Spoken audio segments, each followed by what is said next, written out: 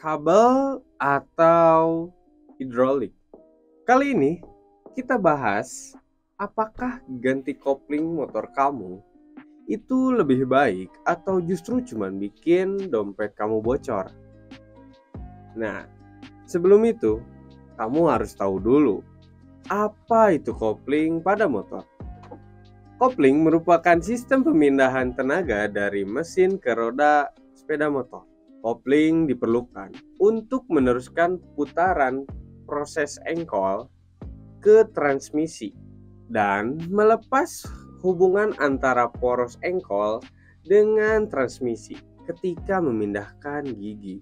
Sistem kopling pada motor merupakan penentu kelancaran akselerasi. Dengan mengatur agar perpindahan gigi berjalan dengan mulus tanpa kopling, motor akan langsung loncat ketika digas.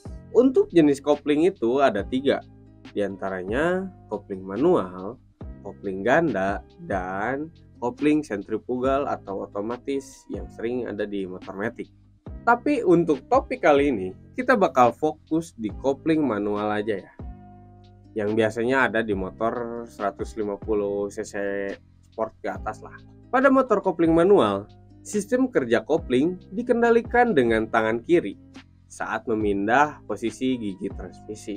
Oleh karena itu, sistem kopling motor yang bertransmisi manual itu dibagi 2 lagi. Ada kopling mekanik dan ada kopling hidrolik. Bahkan, bukan hanya di motor, di mobil juga pakai 2 jenis ini. Kopling hidrolik adalah sistem kopling yang menggunakan cairan hidrolik. Cairan hidrolik ini kemudian ditekan pada master silinder yang terhubung pada pedal kopling dan silinder piston pada shift fork. Cara kerja piston hidrolik bersifat naik dan juga turun atau tarik dan ulur. Pas kamu menarik handle kopling, oli hidrolik akan mengalirkan ke bagian bawah untuk menarik kabel kopling. Kopling hidrolik memiliki kelebihan untuk membuat kendaraan lebih ringan saat kopling beroperasi.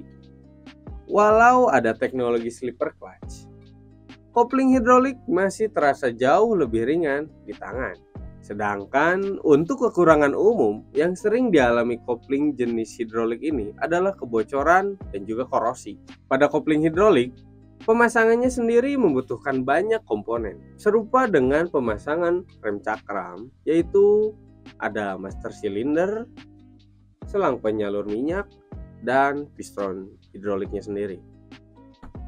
Yang membedakan adalah di piston hidrolik bagian bawah saja. Dari segi perawatan pun, pada kopling hidrolik hampir tidak memerlukan perawatan sesering kopling mekanik. Supaya kinerja optimal, kopling hidrolik hanya membutuhkan cairan yang tersimpan di sebuah wadah khusus. Namun, meskipun perawatan kopling hidrolik tidak harus sesering kopling mekanik, kopling hidrolik memerlukan biaya perawatan yang lebih mahal daripada kopling mekanik. Nah, sementara untuk kopling mekanik adalah sistem kopling yang menggunakan kawat baja. Kawat baja ini menghubungkan antara pedal kopling dan juga shift fork. Salah satu kelebihan kopling mekanik diantaranya tidak akan mengalami kebocoran pada pelumas karena sistem kerjanya yang telah menggunakan kabel. Sementara kekurangan dari kopling mekanik yaitu kopling mekanik berpotensi besar mengalami slip kopling karena tidak memiliki pelumas. Belum lagi kabel kopling yang biasanya memuai atau putus seiring waktu. Dari segi pemasangan pun lebih mudah.